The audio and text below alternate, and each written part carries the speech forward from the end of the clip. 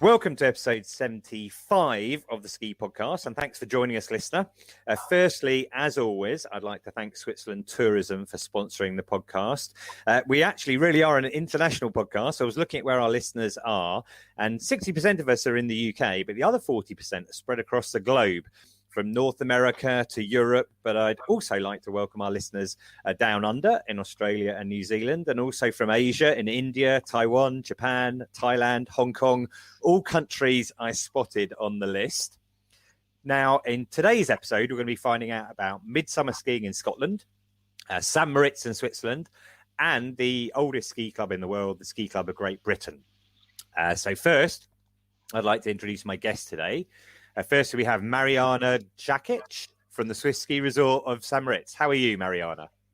I'm very good. Thank you so much. Excellent. And also James Gambrill, the new general manager at the Ski Club of Great Britain. Hi, James. How are you? Good morning, Iain. Very well. Thank you. Good to be here.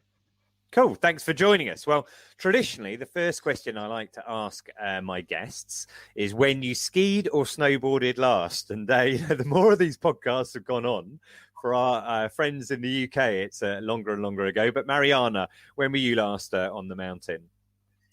I think it was in April, end of April this year. Yeah. Right. Whereabouts were you? It's Diavoletta. Diavoletta glacier. It's a natural slope, so I was there. Great. Well, we're very envious because I'm going to ask you, James, when did you last get on snow?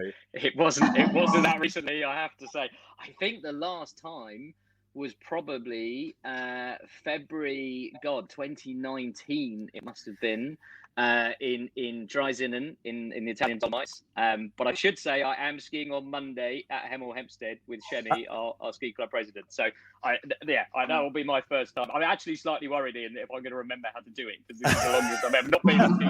So fingers crossed. Technically it is snow, so it does snow. Count. Yeah. Yep. So therefore, I'm envious of that as well. Well, it might be summer, but there are plenty of people still skiing around the place, and we have some resort reports in this episode. We've got them from the European glaciers in Tignes and Les Deux Alpes and Val d'Isère. Hi Iain, Alex from 150 Days of Winter with a snow report from Tignes. It's the 1st of July and it was great to be back in Tignes, which is getting ready to host the finish of Stage 9 of the Tour de France on the 4th of July.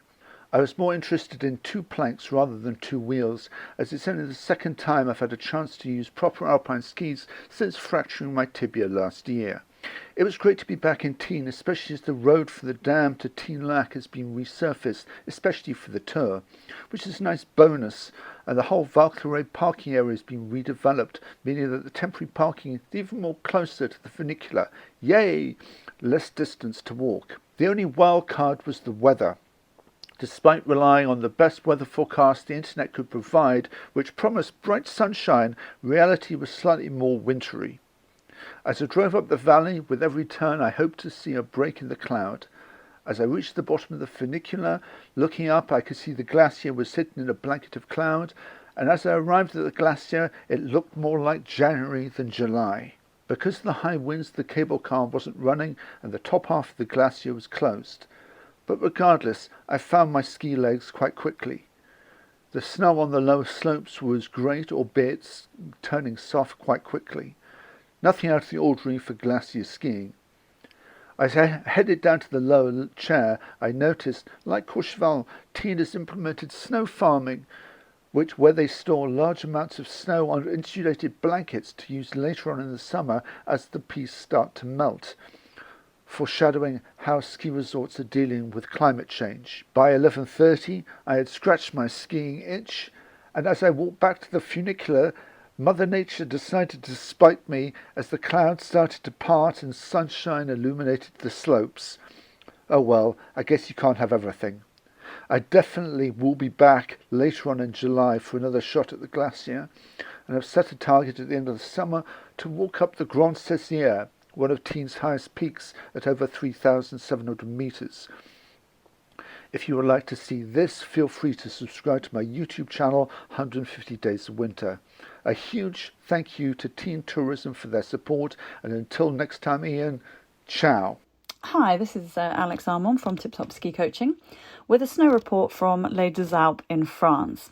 Having spent a fantastic morning skiing up on the glacier this morning with a really good freeze overnight, the snow was in superb condition all the way through till 12:30, 1 o'clock when the lifts shut. We have been super lucky this year to have early opening, so a spring opening as well as a summer opening, with fantastic conditions all the way down to 2,600 metres. We've now moved over to our summer opening, so the Signal Blue runs are still open, and the main skiing is down to 3,200 metres and above, all the way up to 3,600 metres.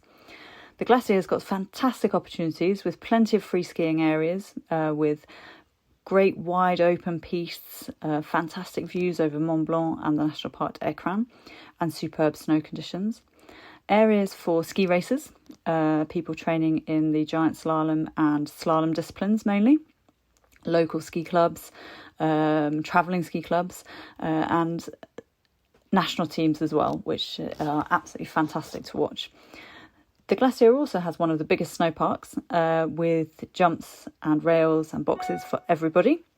Beginners, easy jumps through to medium, through to large, through to XXL. Some spectacular jumping going on there as well for those that prefer to watch rather than take part, or those that prefer to have a go on the smaller jumps whilst watching those on the bigger jumps. So the forecast over the next few days is good as well. We're expecting the glacier to refreeze overnight and the snow conditions to remain really good. So hopefully you'll be able to join us at some point over summer in Les Deux Alpes, and we look forward to seeing you. Well, it's a glorious morning up here at 3,000 metres on the Val d'Isère Glacier. Wall-to-wall, blue sky and sunshine, and it's promising a fantastic day of skiing. It's so good to have the ski boots on. It's been such a long time. Despite the early start and the drive up to the top of the Col d'Iseran, it is well worth it, and we're looking like a couple more weeks or so until they do shut the lifts up here down. So about halfway through this summer season, and it's been a really good summer season actually so far. We had a really sort of good leftover amount of snow falling at the end of the season, and that has continued to stay on the piece up high, and they've done a really good job in grooming it and getting it really, really good conditions.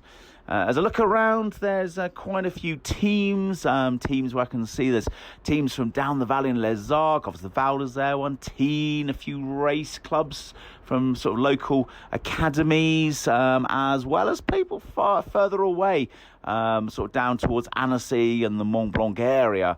And actually a couple of teams that look like they've come over from the Aosta Valley as well. So teams coming from far and wide to train, as well as I think it's the French sort of second team here at the moment training as well. So lots and lots of teams out here doing their stuff before they move on to the next destination.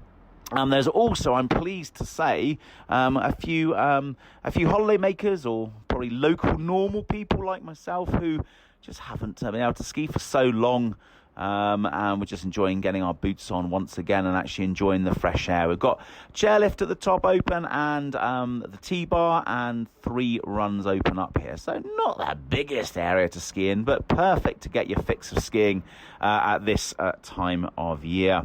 It'll also fit in quite nicely these snow levels, which are very good with what the new Val d'Isère Mayor is hoping to do. He's really pushing maybe to continue, when the snow allows, with the Val d'Isère ski season to actually run right the way through May into June, rather than closing and then reopening. And that will obviously be up at altitude on the glacier. But that's an exciting development if the Val d'Isère Mayor gets his way. So pretty chilly at the moment. And as I said, I've been up here since about 6:45 this morning, and probably be up here until late morning before packing it up and going down for lunch, and some more sort of summertime temperatures down in the valley and Val d'Isère itself. So, yes, beautiful conditions, which are set to continue in Val d'Isère. Right, thanks to Alex and Steve for those reports. Now, we've previously featured skiing in Scotland in May in episode 73, but surprisingly, there's also been skiing going on there in June. And so I've got one extra report. I spoke to Andy Meldrum, who's the owner of Glencoe Mountain Resort, who told me about their very famous Midsummer ski session. Hi, Andy. Thanks very much for joining us. How are you today? Yeah, very good. Thank you. Excellent. Now, we heard just then that you were celebrating Midsummer on snow in Glencoe. And I understand that's a tradition that's been going for quite a few years. How long has that been going on for? Yeah, I'm not sure how long it's been going, but I've certainly been taking part for at least 30 years now. I think I've done 26 out of the last 30 years. 26 out of the last 30 years, and skiing on the nearest day possible to Midsummer. Is that how that works? Yeah, it's on the nearest Saturday or Sunday to Midsummer. We normally turn up, and we've had anywhere from a snow patch that you can make 2 turns on to still fully complete runs on a really good season. Yeah, well, the listeners to the podcast are definitely very keen skiers, and we've seen all sorts of people trying to do different things. I mean, this winter we've been talking about skiing in Wales and in the Lake District and in Scotland as well. But this year it was on Saturday, the 19th of June, I think. How much snow do you have for people this year? Yeah, the longest patch was on a run called the Spring Run, and it was probably around 250 metres long, but on quite a steep pitch. So it was actually quite an exciting ski. And a few of us did the very steep flypaper at the end of the day as well, which is probably about 180 metres long, but very, very steep and very narrow. So, certainly got the heart rate going at the end of the season. Yeah, I mean, I saw some video. It looked pretty good, actually. Was there enough depth there? Was it all right to kind of use your skis? Or any risk of, touching through to rocks below? Or no, at this time of year, we get huge amounts of snow comes in from the west coast. So it builds up quite a deep base, and it was nice, sugary spring snow. So there was no real risk of hitting rocks. It was just a little bit narrow in places. Right. Okay. And how did it work then? Because I think people took the chairlift and then they walked. Is that how it worked? Yeah, traditionally people take the access chairlift up, and then for one day only at Midsummer, we normally run the cliffhanger chair. But this year it's undergone some major maintenance. So this year, unfortunately, people had to walk all the way from the top of the access chair. So they were quite relieved that the patches were quite short, because it was quite a hike to get up there. So it meant that the runs were shorter, so the hike up was a bit shorter as well. So it had that benefit. Okay, I mean, I guess it's pros and cons, isn't it? When I was finding out about skiing in the Lake District a little while ago, you have to do I think an hour or from the members' car park, maybe, and an hour and a quarter from the other car park to get up to the raised toe there. So people are keen. And how many people turned up? How many people were prepared to do that walk? Yeah, turning up at the arranged time, we had 20 people, but then later in the day, some other people turned up. Which is fairly typical. I think the best we've ever had is just over 100 people for Midsummer ski, but that was on an exceptional year when you could still, we could still probably almost run the lifts. So we had a huge amount of snow. And the worst I've ever experienced was when we had 2 people and it was lashing with rain and miserable, and the snow patch was, we weren't even sure it was still there. Right. If only we could guarantee good snow conditions. That would be amazing. Excellent. Well, that's great, Andy. Thanks for coming on to talk to us, and I wish you all the best for next winter and for many more midsummer days of skiing to come. Yeah, thank you very much. It's so good to hear about people enjoying time on snow, even if it's just a few hundred meters of it. If you'd like to know more about skiing in Scotland, can I suggest you take a listen to episode 62 when we were joined by Trafford Wilson from Snowsport Scotland. Talking of old episodes, we've got over 100 to catch up on. So if you're a new listener, have a look at the website, www.theskipodcast.com, and maybe look for a tag or category that takes your interest and have a listen to some of the old episodes. Now, it's lovely to hear about skiing, but when will we get on snow or indeed anywhere overseas again? As always, the situation is very dynamic. So to talk us through it, I spoke with Katie Crowe from Battleface Travel Insurance earlier to talk us through the current situation. Hi, Katie. Thanks for joining me today. How are you? Hi, Iain. I'm great. Thanks. How are you doing? Yeah, all right. Thank you. I enjoyed our chat last time around a couple of weeks ago. and things are changing the whole time. So I think it's useful to kind of have these conversations just to try and catch up with where we are, even though the situation is changing rapidly. The latest news seems to be very encouraging, I would say, that if you've had a double vaccination, then it looks like you won't have to quarantine on return from amber countries. Indeed, that's correct. Yeah, reports from Travel Weekly have said that travellers will be able to avoid quarantine when returning from amber destinations, and those plans are going to be unveiled in the next few days. Yeah, very exciting. I've seen the Times have reported they think it could come into play on the 26th of July, which I think is the beginning of the school holidays. It's actually a week after my kids finish school, but it's around school holidays time. So that would work for families, assuming kids can travel with double vaccinated parents.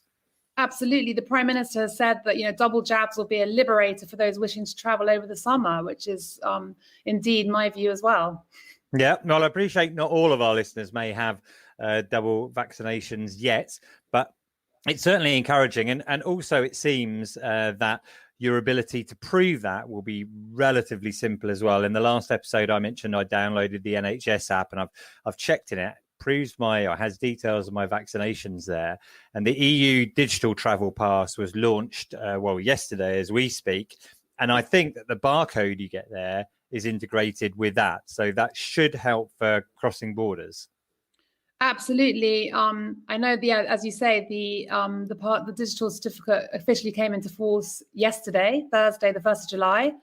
And by Wednesday evening, 21 EU nations out of a total of 27 were connected to the system's network, and 6 others were technically ready. So the EU says that all member states should now be in a position to issue and accept the pass, which is fantastic news for those traveling, from Europe.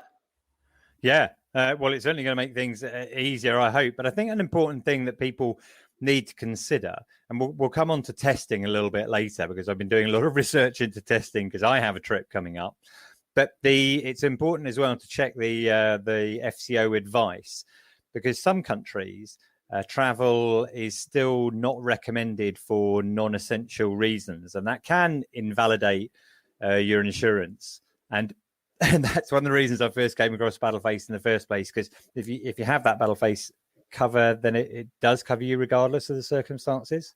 Yeah, absolutely. The FCDO advice is currently advising against all but essential travel to the whole of France, and France is currently on the UK amber list, and it means that those who are not fully vaccinated can only be permitted to travel for essential reasons.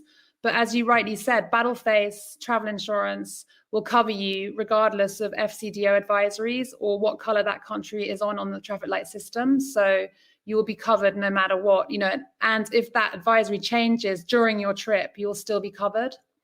Those under 11 are actually exempt with regards to France, and those older that need a negative PCR test should be taken within 72 hours of departure. So yeah, it is still exceptionally complicated. So I'm planning this trip to Switzerland on the 12th of July going on. Just I feel like I'm Googling the whole time to try and just double check. So I need this, I need this, I need this. But the main thing is like sorting out all the tests. Going out to go into France, even though I'm double vaccinated, I still need to have an antigen test within 48 hours, etc. But then when you come back, an antigen lateral flow test, and then days 2 and days 8. And for me, what I'm trying to do is test and release on day 5 so I can finish. And expensive, difficult, really difficult to research and work out, how you can do it and the best ways of doing it, etc.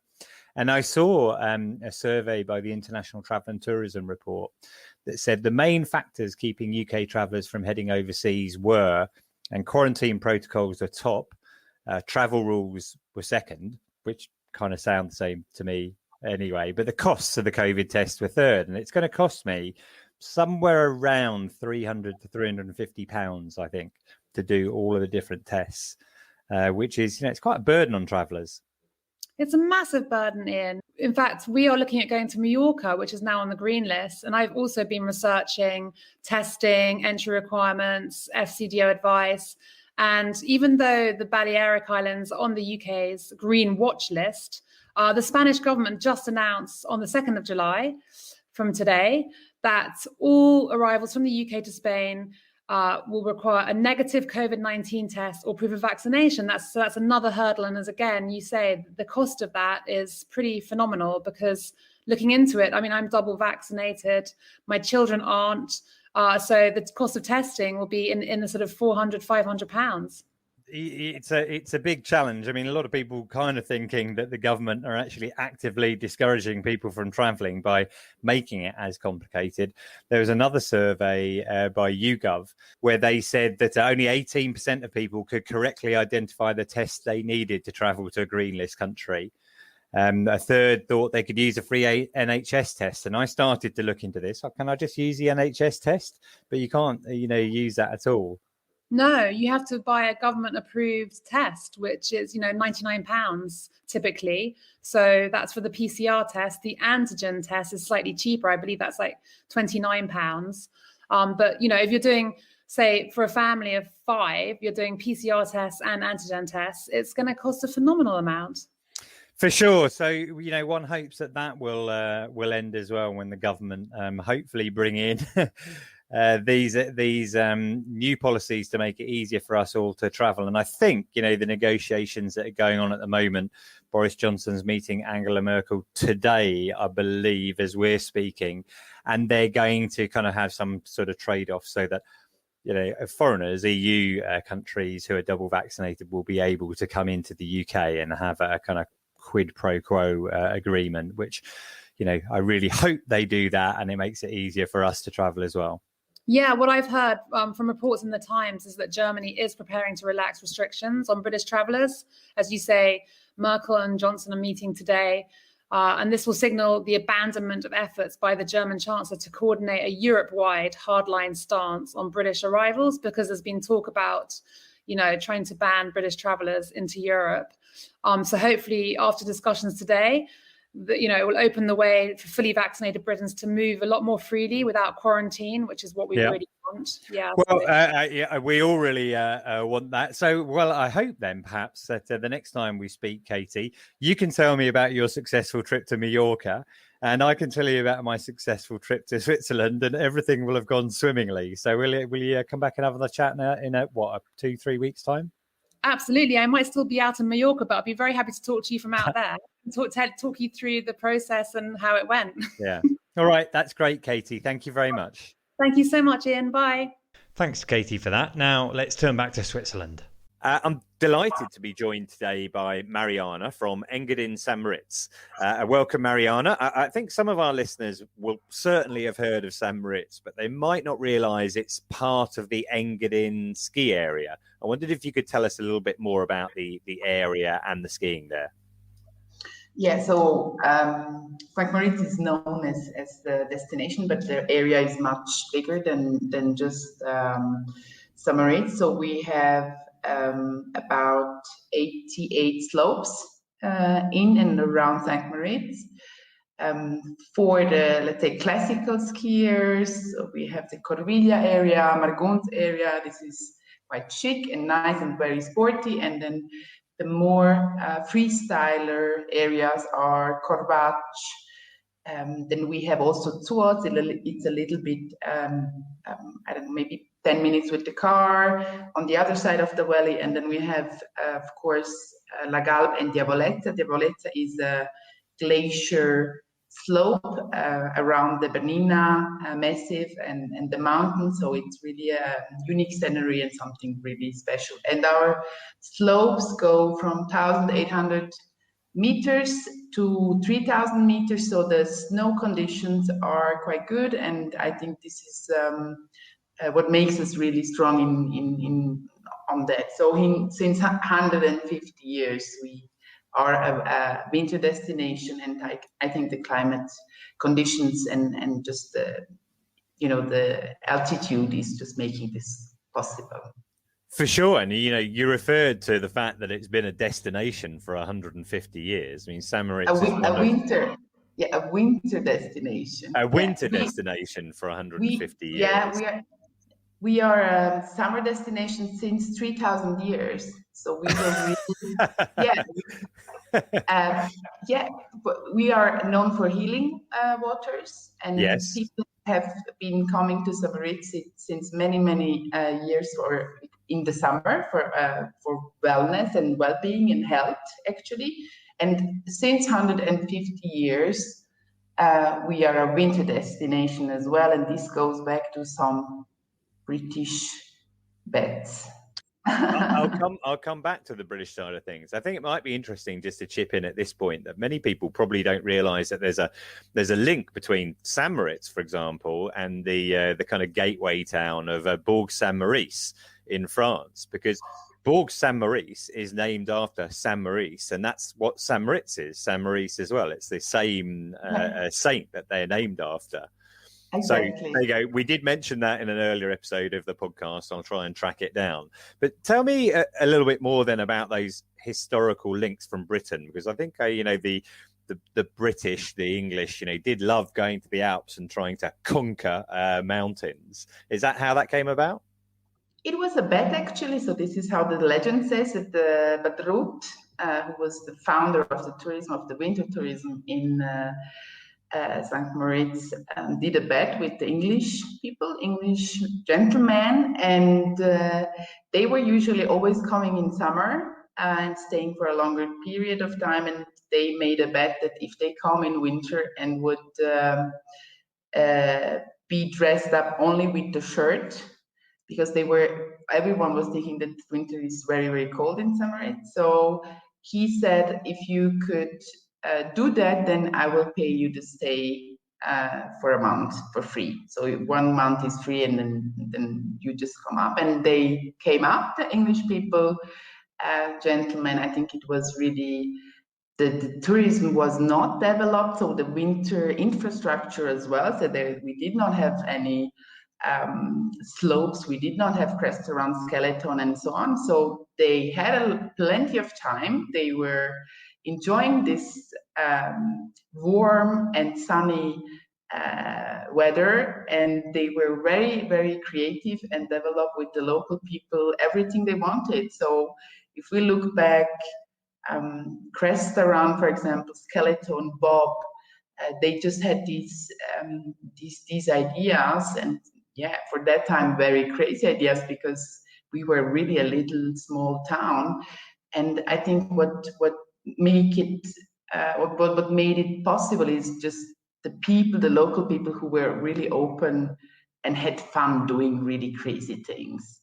And this is what is the connection, and what is still the DNA of this destination and the valley as well. So yeah, well, it's really interesting to know that those links were there. And in fact, I was reading around a little bit about St Moritz prior to our conversation, and you can almost see the links are still there by the fact that I think that cricket is still played on the lake every winter. There's a cricket club out in St Moritz. Yes, there is a cricket club, and the cricket is played on the frozen lake in St Moritz every winter, and in summer we are also having different cricket tournaments as well.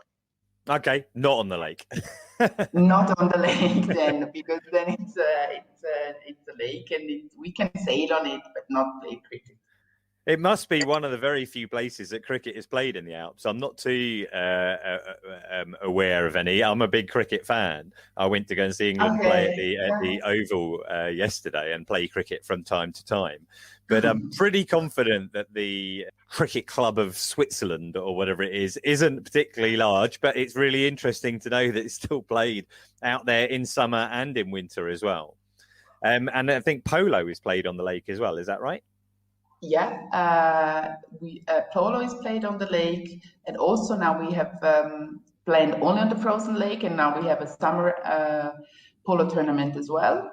More of a country polo, so really easy going in the summer, and winter it's really with all the professionals and best handicaps and the world stars polo players. Then we have on the frozen lake, we have white turf, so racing, horse racing during 3 weekends in February.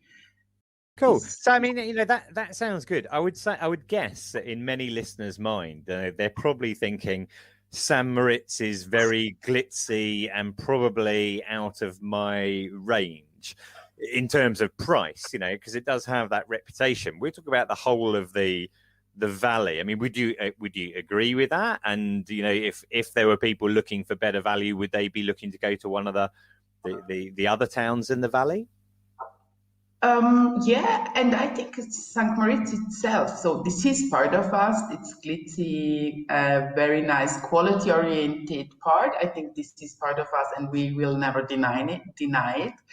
But also in the town itself, we are having at the moment a huge development. So younger generations are taking over the family hotels, the restaurants that they have been managed by their families for 3 or 4 generations. And the younger family is reinterpreting the target group, the needs and the meaningfulness of all our offer. And I think this is a little bit of change as well in our offer, in the way how we behave, how we want to be as well. And for sure, there is everyone in St Moritz. You can find everything. So you can have 5-star treatment, really high luxury, but you can have the sporty part where it's really with the prices where everyone can afford in St Moritz or around the valley. And coming back to the skiing, so we have, it's really, nobody would think that, because if you say St Moritz, then you think about, I don't know how high prices. Our ski ticket price, if you are booking more than one night in a hotel, it's 45 francs, Swiss francs. So if you say St Moritz, you would expect something else. But I think price segment, there are different offers in St Moritz and in the valley, and everyone can find. That's good to hear. I wanted to also ask you about probably what I think might be the largest event that goes on in the Engadin Valley, which is a big cross-country skiing event, the Engadin Ski Marathon. Now, I think according to Wikipedia, or maybe the website, it's the second largest cross-country ski event in the world and has over 14,000 competitors. A friend of mine, David Morris, actually done the race a couple of times himself. And I interviewed him, actually after our conversation now, but I'm going to drop it in. Hi there, David. Thanks for joining me today. How are you?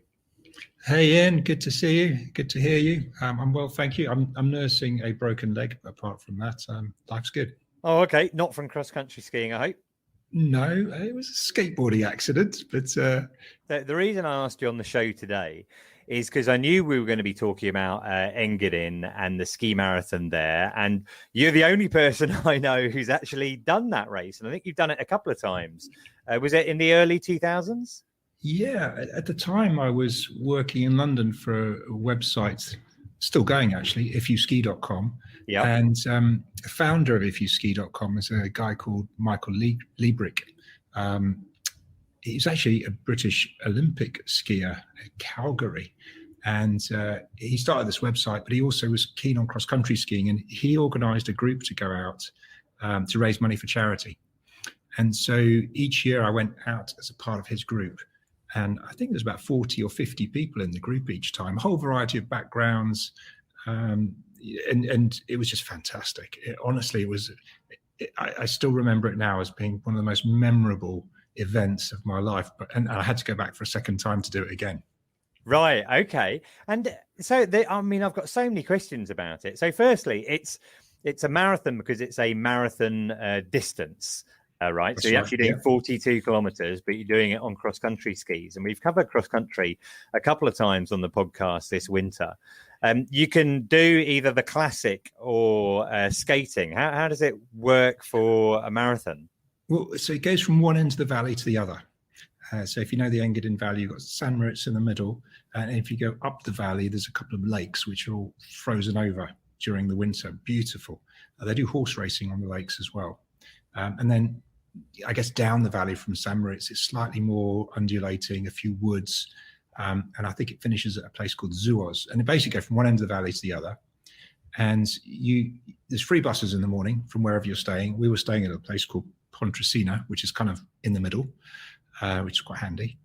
We got a free bus up to the start, and it's a massive event. There's 12,000 people the year I was there, and they get you organised into pens, start pens, depending on your kind of previous ability. I was obviously in one of the lower start pens because I've never done it before, and you're there with your race bib on, and there's a guy there on a gantry doing a little bit of disco music to get you warmed up. Everyone's getting excited, and they set you all off and pen by pen. And I was skating, so I was using skating cross-country skis, which is, as the name suggests, you're skating along from side to side, and they're a bit faster than the kind of classic skis where you move your skis forwards and backwards on the same, underneath your shoulders, if you like. Yeah. And you can choose, it doesn't really matter. There's a classic kind of division and there's a skating division. I think I'm not quite sure how they set them off, but I certainly remember mainly people being around me that were skating. It was a fabulous, fabulous experience because it was like the London Marathon in the snow. Yeah. The spectators were out, people were cheering, and there's feed stations, and it's a big event in Switzerland. For sure, followed by the national media. Yeah. And can I ask a question then? How on earth did you train for that in the UK? If you were training for the London Marathon, it's pretty easy. You stick on your shoes, you go for a run, etc. How do you train for a cross-country marathon when you live in Britain? The truth is I didn't. In fact, I'd never cross-country skied in my life. So that was your first time literally on cross-country skis?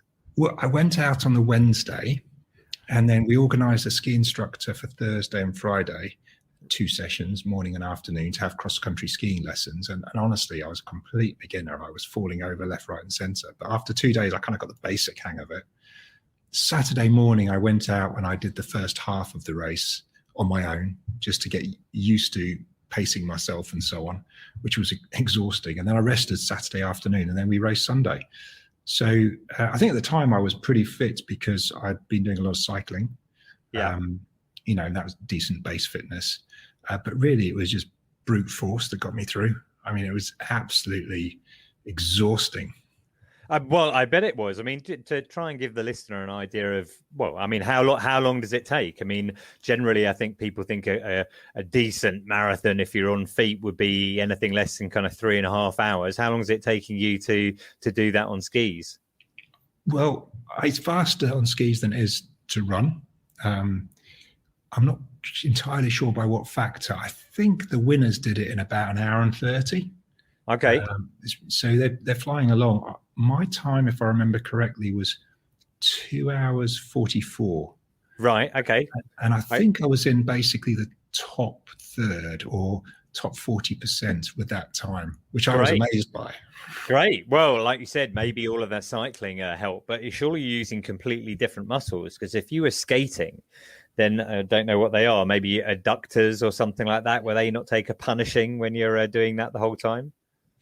You use every muscle in your body in a cross-country ski. Seriously, you're using your arms, your back, your bum, your legs, your stomach, your neck, every single muscle at once, which makes it extremely energy demanding, oxygen demanding sport. It's probably one of the most aerobic activities you can do with your body. Yeah, actually, I think I've seen in a book I was reading a little while ago that the absolute fittest athletes with the best VO2 max typically are cross-country skiers. I think it would help to have big lungs. But yeah. I honestly say, anybody who fancies giving it a go, it's a brilliant event. It's really well organised.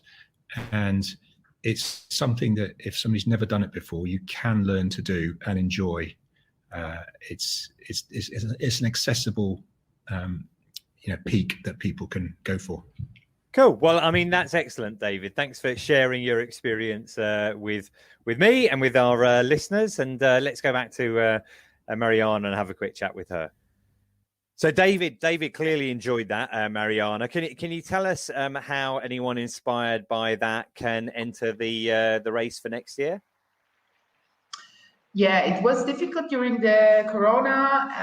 It was postponed, and we did it like singular races. It was not where everyone could participate at the same time. And we are hoping that next year we really can be able to do that again. We can't wait. And I think it's just a gathering where everyone around the world who even does not necessarily is a professional in cross-country skiing. I think it's the whole feeling around it and participation and the whole atmosphere and the lifestyle and all this coming together from different countries. And I think this makes it really special. So we are looking forward to it, and we hope that we can come back again stronger than before.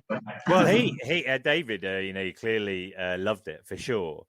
And, it just to clarify, it's actually a marathon distance, isn't it? So 42 kilometers, but you have to cover it on cross country skis. And it takes place in next year. It looks like it takes place in the middle of March, 13th of March. So if anyone wants to drop that into their calendar, they can.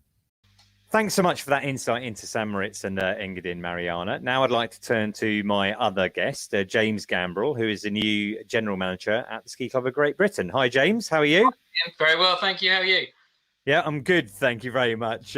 Listeners might be able to tell from the edit, we had a little problem with kind of sound and connection earlier. You had the entire power in your house cut off, but we've sorted that out now, so we're editing it in later. And I'm delighted to welcome you back on the show. Regular listeners will recognise James from several conversations we've had previously about Listex, the trade networking show for the snow sports industry. But you've now moved on and joined the Ski Club of Great Britain as general manager. So congratulations on the new role. When did you start? We're just trying to work this out. I think this is the end of week 5, but it might be week 6, but not very long ago. Okay, a lot to take on. I think it might be useful, perhaps, for our listeners if we could start off with a bit of background. Could you give us a brief history of your experience in the ski industry? I'll try and keep it brief. So, I mean, the key thing, I guess, is I started at the Ski Club of Great Britain, ran university ski trips, and then saw a job working for Fresh Tracks, the Ski Club's holiday program, back in '97. Show my age. Did that for a season, had a great time, and then did the Ski Club reps course, and then spent the whole of the 98-99 season as the Ski Club rep in Meribel, which, if anyone remembers that far back, was an incredible season where you could ski down to Brieg-le-Ban for the whole season. So I timed it well, had a great time. Then what? Then I moved to Australia for a while, worked for a company called Alpine World, selling trips from Sydney down to the Snowy Mountains. Came back to the UK, worked for Snow and Rock, helped open the Covent Garden store, trained as a boot fitter for Snow and Rock, fitted some celebrity boots. Robbie Williams and Michael Grave were 2 notable ones I still remember. Then started the first of 3 roles with Ski World. So initially groups manager, then running the North American program, and then running Ski World Special Events, which was their program for military groups and students and corporate, that sort of thing. Then I launched Travel Plan Ski in the UK, which was the biggest Australian ski tour operator, and we started a business together in the UK. That was 2007. Sadly, 2008, the world went a bit upside down with the financial crisis. Australian company had to retreat, so we pulled the plug on that business, and I then launched Expedient Marketing, which was a marketing representation company. We gained the contract to represent the Ulster Valley in the UK, so we did that for 3 years, and also places like Telluride in the US, Sun Peaks in Canada, multiple tour operators and others. Did that for 10 years, and in 2012 launched Listex, which you mentioned, the London International Snowsport Trade Exchange, which is still going strong now with sort of 250 people twice a year gathering at the Snow Centre. And then, I'm trying to think if I missed anything. No, then in 2020, so just as the pandemic really kind of bit, I launched the Mountain Trade Network, which is an online networking platform for the mountain travel industry and the mountain industry in general.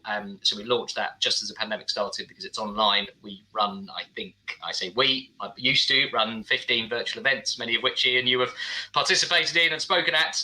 And that, brings me full circle back to 5 weeks ago, back at the ski club. Yeah, well, that's quite a lot. Not quite. I mean, that's a lot of time in the industry for sure. And actually, I think I remember meeting you in Maribel in '99. Because did you have one of those like really large? Well, they were all large back then, but the Nokia folding phones that opened up. It was like a PDA as well, or something like that. And a fluorescent yellow ski club jacket, which I still have upstairs in my wardrobe. I've always very good. Yeah, well, you've been in the ski industry for a long time, but the Ski Club of Great Britain is the oldest. I think I'm right in saying the oldest ski club in the world. I had a little look on Wiki, and it says it was founded in 1903 at a meeting in the Café Royal in London. Until the 60s, it was responsible for the British Alpine ski racing teams, and we could probably do a whole episode of the history of the ski club, and maybe we will one day. But clearly, the world has changed in the last 120 years, or however long that is. I wonder if you could tell us how you see the role of the ski club now, and who is the Ski Club of Great Britain for? Sure. I mean, as you say, it's changed hugely. I think one of the key things is that, the ski club really was responsible, at least partly responsible, for creating skiing as a holiday, as a sport. I mean, before 1903 and the ski club, it was really, a means of transport in Scandinavia. And it was the ski club that travelled to Switzerland, members of the ski club that convinced the Swiss to open their mountain railways in winter, which they thought was crazy, so that people could go up and go skiing. So, it is just linked with the very beginnings of our industry that we work in now as a tour operator. Yeah, actually, you missed that conversation earlier. But when we were talking about St Moritz earlier with Marijana, we talked about that history with the Brits and how they helped develop it into a ski resort, and St Moritz just being one of the examples of that. But so things have changed now. I mean, how do you ensure the club is relevant now for its members? Yeah, I mean, I think that's one of our biggest challenges, obviously, at the moment, because, as you say, things have changed. 20 years ago when we launched the Ski Club website, again, it was one of the first. When I worked at the Ski Club, we had a human Alexa who was at the end of a phone who would answer questions for Ski Club members and knew everything you could possibly imagine. Now, obviously, all of that information is now widely available online, so that service is no longer the same. But I think because of our history and because of the expertise that lies within the Ski Club, one of our key roles is we are that trusted voice. We've heard a lot about kind of trust and fake news and that sort of thing in the last few years. And, information is everywhere. But how do you trust the information that you receive? Whether that be snow reports, whether that be resort reports. And I think it's really important that we are a not-for-profit organisation. We're a members club, and therefore what we look to do is provide completely impartial information, high quality information that is not there to try and sell something. It's there to represent the truth. And when I was a rep, I was sending my snow reports back daily to the club from Maribel. So the snow reports were how much snow there was because I was there. So that's changed, and we gather information in different ways now. But I think that impartiality and that quality and trust in information is really key. And how do we stay relevant going forward? Well, I think there's a couple of key things to say. I mean, firstly, like any organisation, we're not there for every skier. There are 2 million active skiers in the UK in a normal year, not last year, but hopefully next year there will be. We don't expect 2 million people to join the ski club.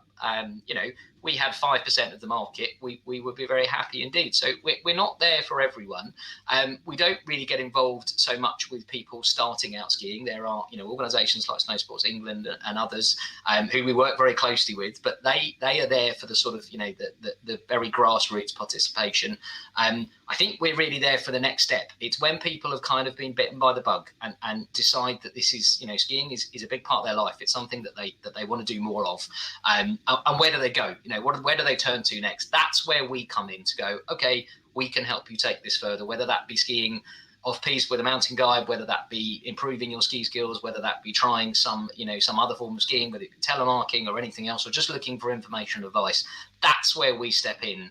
And I think that's where we stay relevant, because that need is still there to kind of bridge that gap between I've never skied, I love it, what do I do next?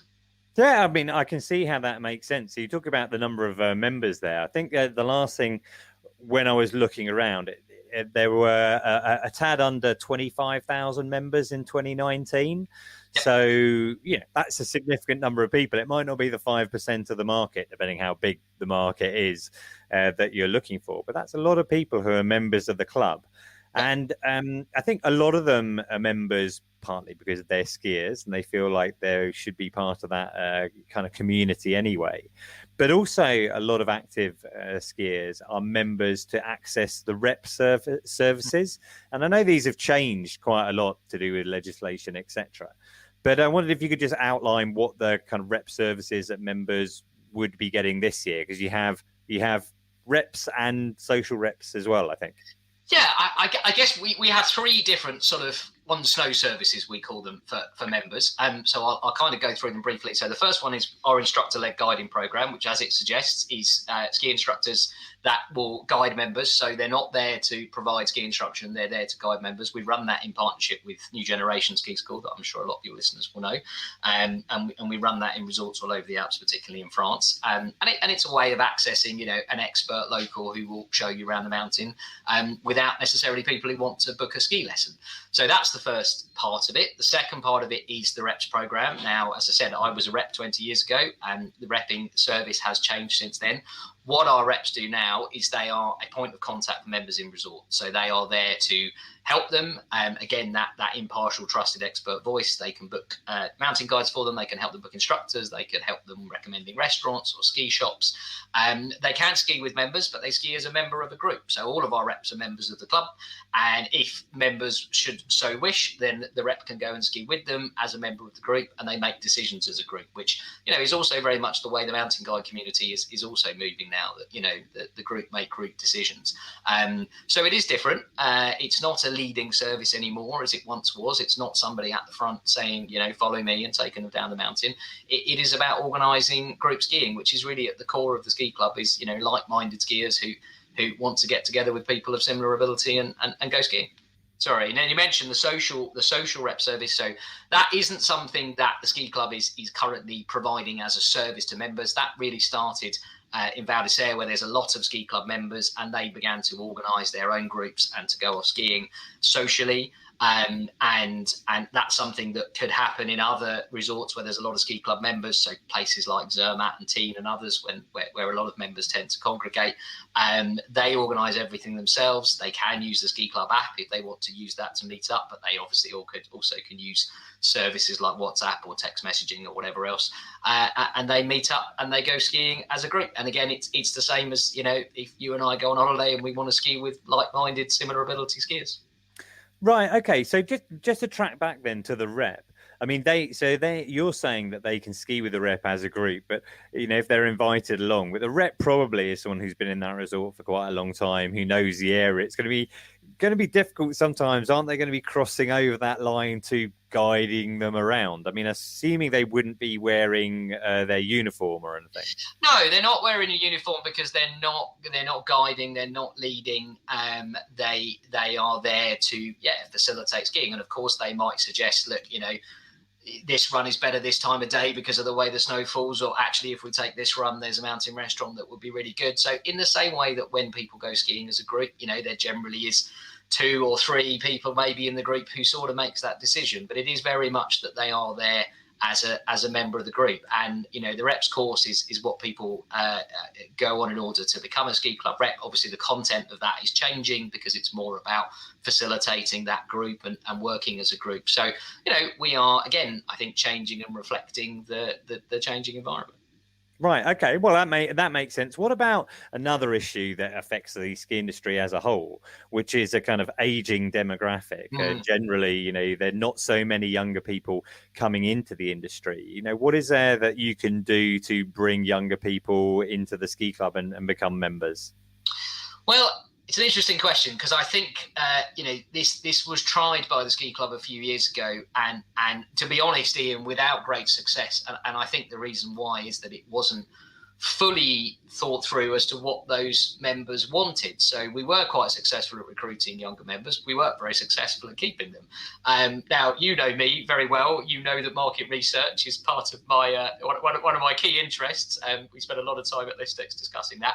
So in all honesty, one of my jobs now, and obviously, as I said, I'm only 5 weeks in, but one of my key objectives for the next year or so in this role, when we get past the COVID crisis that is impacting everything, is to go out and run that market research to find out exactly that. What is it that younger skiers are looking for? What is it they want? And is it something the ski club can provide? So I think, we've learned from our mistakes of it's not about going out and just targeting a younger demographic. We've got to figure out what it is they want. Are we the organisation to provide it? And if so, let's go on and deliver it. Yeah, I mean, it is obviously difficult when you've only been in the job for a matter of weeks to be able to immediately come up with the answers for all of these things. And obviously, you weren't involved in the club prior. And I think it's no secret that the ski club has had some financial challenges over the last few years. I think what I read was reported the club made an £840,000 loss. And it's led to quite a turnover of CEOs, etc. Is that been resolved now? Is that an issue at all that carried over? It has been resolved, as you say. It's all public knowledge. We are a club, so we publish our AGM, we publish our accounts, so it's all very much public knowledge, and we acknowledge it. We could spend a long time discussing it, but we have a fairly unique structure in that we're run by a council, which is elected by our members, so they're kind of a non-executive director board, and then obviously as general manager, I run the club operationally day to day. So I think what's important to note is that the council we have is completely different from the council of a few years back. They've come in and been elected this year. Obviously, our chief executives have moved on from that position. It was a combination of factors, which again are all very much in the public domain, certainly for members to see. And really, it was, as I mentioned before, I think over expansion into areas such as that younger market, which didn't transpire into long-term membership, and some over ambitious plans in holidays and other areas. We are a not-for-profit organisation, but that means that the profits we make are reinvested into the club. That doesn't mean we plan to not make a profit every year. So the money doesn't go to a shareholder or anything else. The money gets reinvested back in the club. So we're tightening up, or we have tightened up on the tour operator side and the marketing plan and everything else. And obviously COVID has impacted us like anybody else, but actually we had a very stable year last year, and we're in a good place to build from here. Yeah, because the club, I think I'm right in saying the club liquidated some assets or somehow, brought cash back in from selling property. Is that what happened? Clubhouse, exactly. So we had a property in Wimbledon Village, which was where most of the asset value of the club was. That was sold. Now some of that money was used, and unfortunately is not recuperated. But the money that was left has been very well invested with a company called Rathbones, who specialise in charities and not-for-profit investments. That money has been very well managed over the last couple of years, and actually the growth in that investment fund meant that last year we actually turned a small operational profit if you count in the fund growth. So in a very difficult season, we were well managed enough that we looked after the money. Going forward, we're going to look after the money well. Again, you know me, I've run my own business for 12 years. I look after the numbers. So we are in a good place. It's very challenging, of course, and this season is still challenging for us as it is for everyone in ski, but we do have a significant investment portfolio behind us. We have a tightly run operation. We have a plan. We are making those investments in things like market research to understand the market better and what we should do next. And I think the future is very bright. Great. Well, I think, that's brilliant to share all of that with us, James. And I think really the time to be talking is in another year's time, where you've had a full chance to have a look at it. And also when we can find out a little bit more about what, your research has told you about the club itself, what members are looking for, what younger people would look for, and having a bit of some time to be able to put together a plan for it. Because I think, the Ski Club of Great Britain, it's not just its longevity that it makes it relevant. there is something there. I'm not personally quite sure exactly what it is, but I think it's always been a very important part of the ski scene, and it needs to have that relevance. I think the internet was a big issue because you had a long period of time where, as you say, the Ski Club of Great Britain was the great source of information, and yes, they were ahead of the game in getting a good website in place. But as the internet, developed and everything became available, information became available for free, it kind of undermined that position as being the authority a little bit.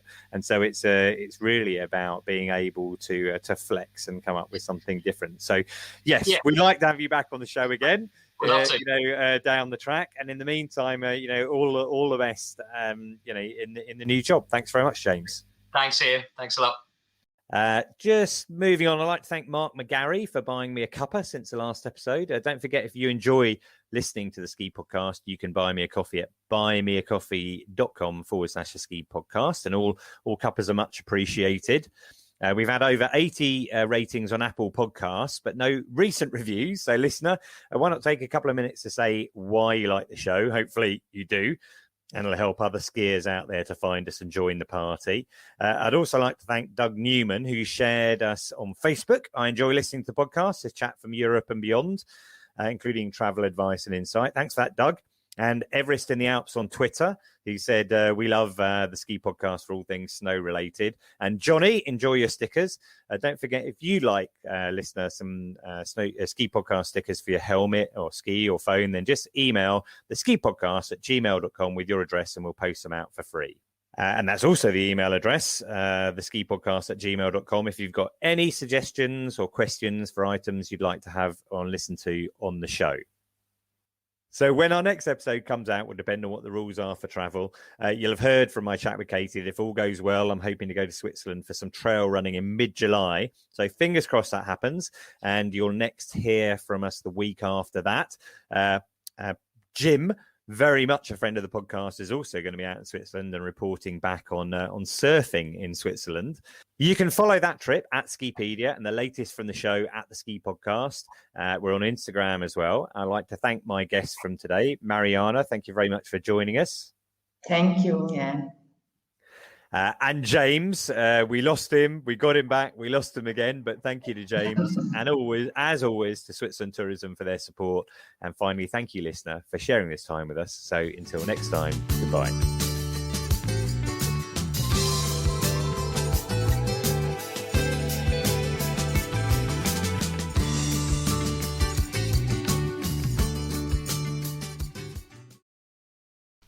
So I've just finished the edit on episode 75. I can tell you it's the most complicated one I've done yet. I did 5 separate interviews and we had another 3 bits of audio, all to edit in. So it's taken me more time than any other podcast I've done before. And, I really enjoy it, but I'm just saying it takes up a lot of my time. And if you've enjoyed it and you feel like buying me a coffee, then go to buymeacoffee.com/ski podcast and you can buy me a cuppa there. I genuinely would really appreciate it. Thank you.